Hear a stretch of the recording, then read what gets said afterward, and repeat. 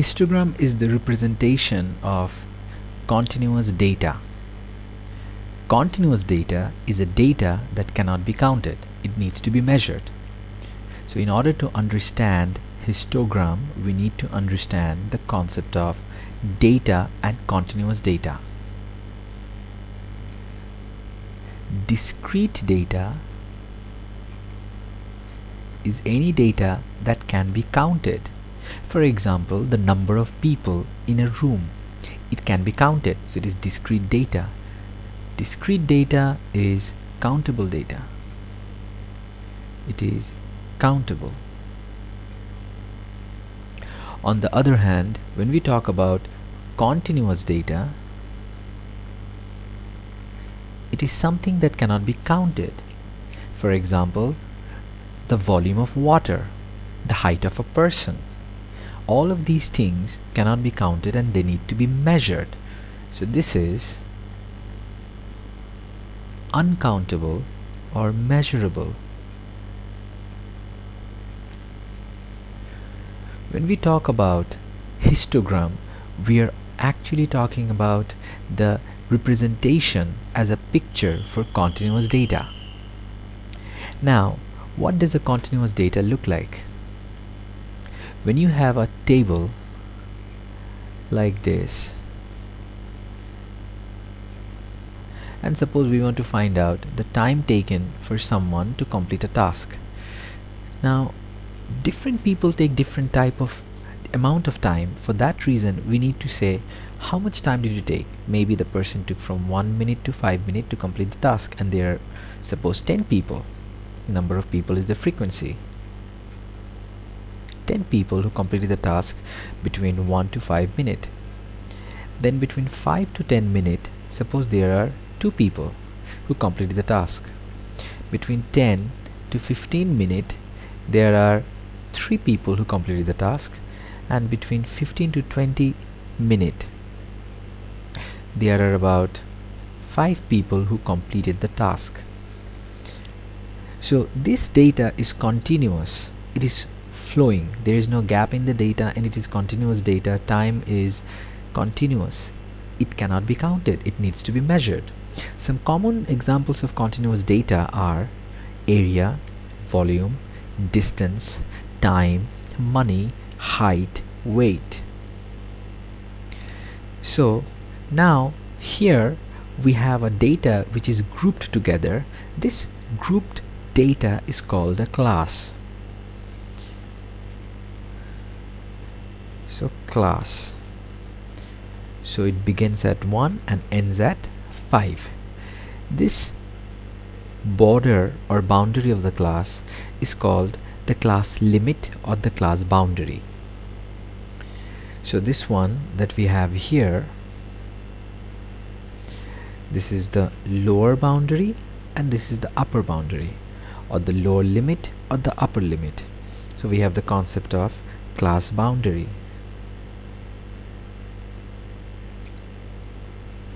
So class boundary is the beginning and the ending value of the class. This is also known as the class limit. So this is the lower boundary and this is the upper class boundary. When you want to find how wide the class is, that is called the class width. So the class width is represented by class width is represented by how wide the class is. So class width is upper boundary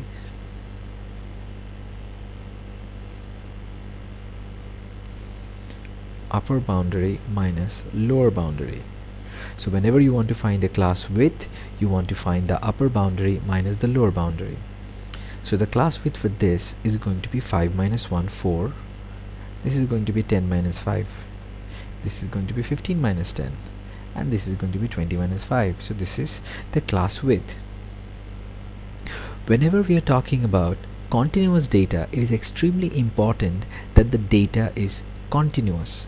Otherwise, there is going to be an error. For example, when we have data that has a gap, Instead of this, if the data was given in this format,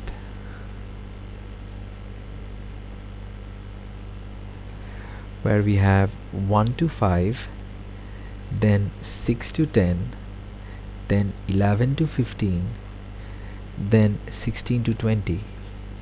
In this case, although time is continuous, but the data that we have has a gap in between. That means there is a gap here, and there is a gap here. There is a gap here. Now this is a problem because continuous data is not supposed to have any gap. It is supposed to move on continuously. So for this particular reason, there is going to be a breakdown in the class boundary. So the class boundary now is, instead of being 1 to 5,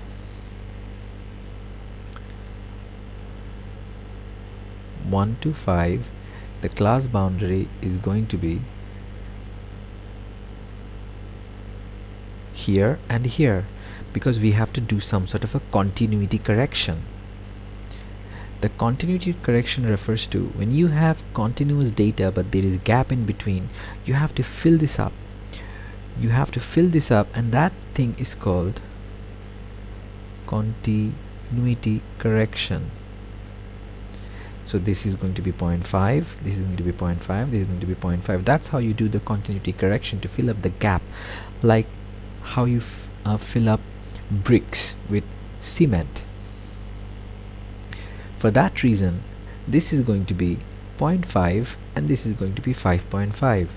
So the class boundaries are now going to be, this one is going to be 0.5, then this one is going to be 5.5, then for this one is going to be 10.5, for this one is going to be 15.5, and for this one it's going to be 20.5.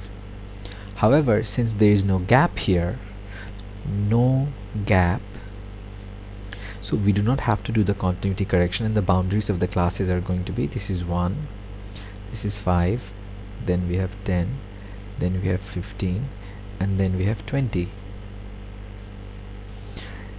So that's why it's extremely important to pay attention whether the data has gap or no gap. If there is no gap, then it is following the concept of continuous data, where the data is measurable, it is just flowing smoothly. But if it has gap, then we have to do a continuity correction to fill up the blanks, the empty spaces between, and we do that by adding 0.5.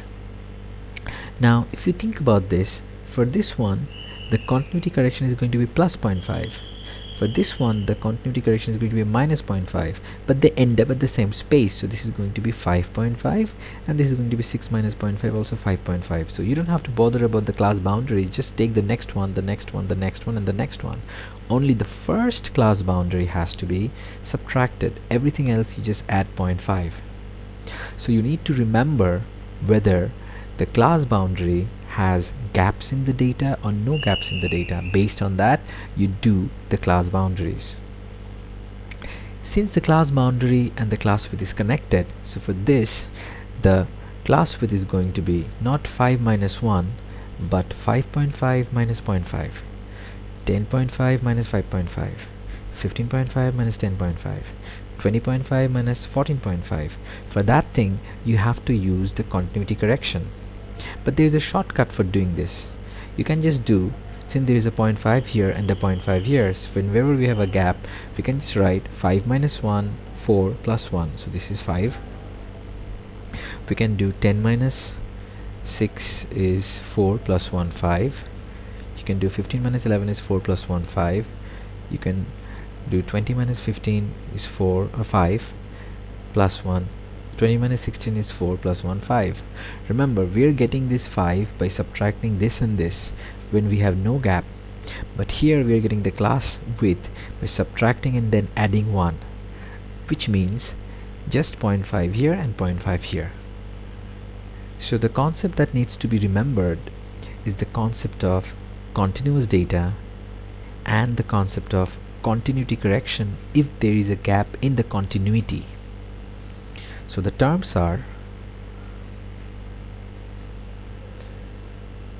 class boundary, which depends whether it has no gap, that is the natural thing, or there is a gap. If there is a gap, we have to do continuity correction.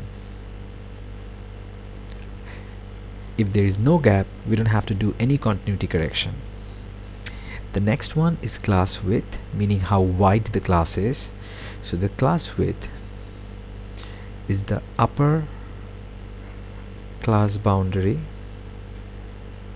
subtract the lower class boundary, and this is going to give the class width. When we have no gap,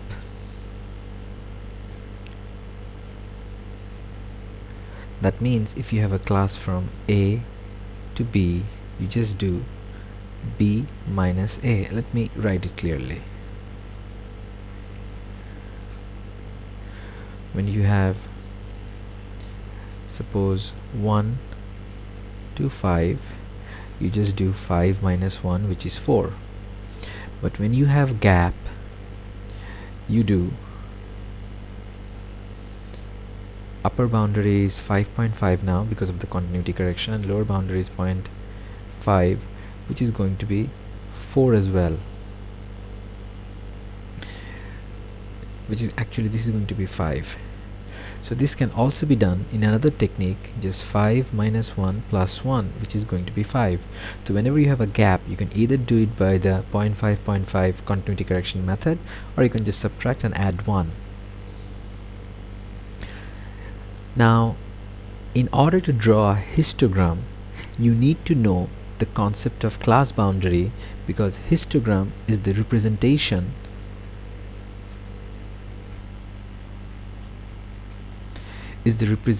of grouped data. So it is the representation of grouped data. So when should a histogram be used? Histogram should be used for grouped data, that is continuous data. So it represents continuous data or group data, and it is used for if the data is continuous. A histogram looks like a lot of rectangles. On the x-axis you have the class boundaries, and you label this as same as the data,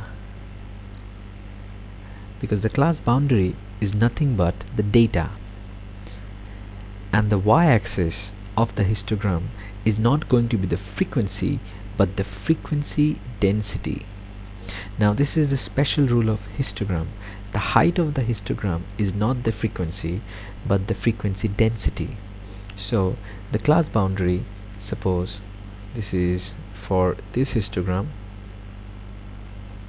which has no gap, so 1, 5, 10, this is the class boundary. So if you have this, so 1, 5, 10, 15, 20, so 1, 5, 10, 15, 20. Of course you have to check the units. I'm not doing this, I'm just doing it roughly to give an idea. So this is the class boundary. The class boundary is the same as the data, the class data.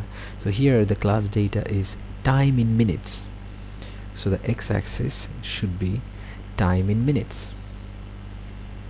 Now the y-axis, or the height of the histogram, since the histogram looks like buildings, so it will look like buildings.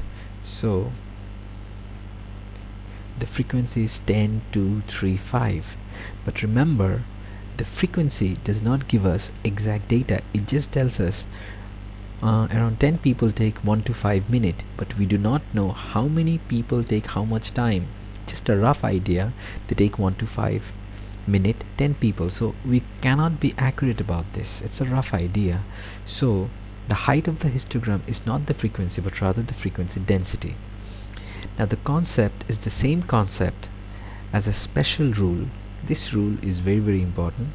The rule states that the area of all the rectangles that you can have, suppose you have this rectangle, this rectangle, this rectangle, this rectangle, area of all the rectangle, length into breadth, length into breadth, length into breadth, is proportional to the frequency.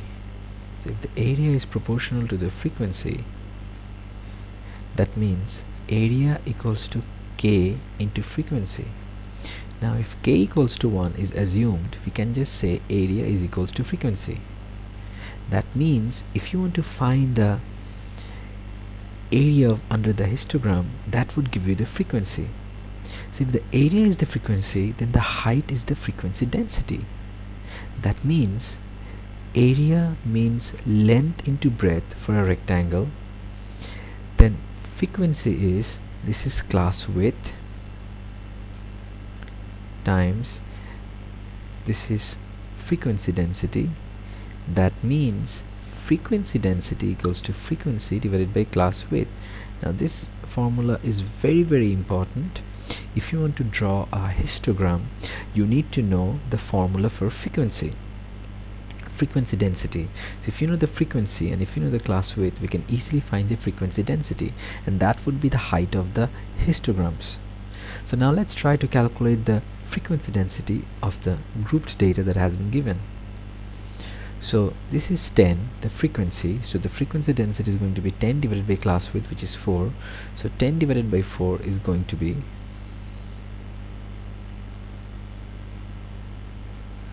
2.5. So this is frequency density is 2.5. Now the frequency is 2 divided by 5 is going to be 0.4. The frequency is 3 divided by 5. 3 divided by 5 is going to be 0.6. The frequency is 5 divided by 5 is going to be 1. So this is the frequency density of the height of the building. So 2.5, 0.4, 0.61. So this one is going to be, so if I label this 0.1, 0.2, 0.3, 0.4, suppose this is 1 and suppose this is 2, so this is going to be 2.4. So let me clear this a bit.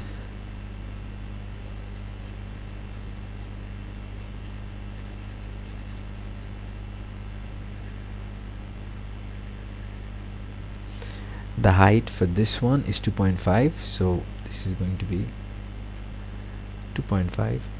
The height for this is 0.4, then 0.6. So this is 0.4, this is somewhere around here, and this is 0.6 somewhere around here, and this is 1. So 1 is going to be here. So this is the histogram. So for drawing the histogram, the first thing that you need to know is the class boundary. The class boundary depends on the gap or whether it has no gap. And then we need to know the frequency density. The frequency density is the height of the data, and it is frequency divided by class width, taking the assumption that area is exactly equal to the frequency. So the underlying principle of a histogram is area is equals to frequency. This is the rule that we need to remember, that is the relationship between area and frequency. So whenever they are telling you to find the frequency, all you have to do is find the area under the histogram. So when we talk about histogram, we need the class boundary on the x-axis. On the x-axis, we need to remember that if there is no gap, so the data is continuous, there is no correction needed with 0.5. But if there is a gap, we need to do continuity correction. Then we need to know how to find the class width. The class width can be found using the upper class boundary, subtract the lower class boundary. Then we know the concept that area under the histogram is equals to the frequency of the grouped data, of course assuming that k equals to 1. This is the underlying principle of a histogram. So from here we can find that the frequency density equals to frequency divided by class width. It is extremely important to remember in a histogram, if these are rectangles, then the height of the histogram is the frequency density, and this labeled data is the class boundaries. So whenever you draw the histogram, you need to remember the height of the histogram is the frequency density, and frequency density is found with this formula, frequency divided by class width.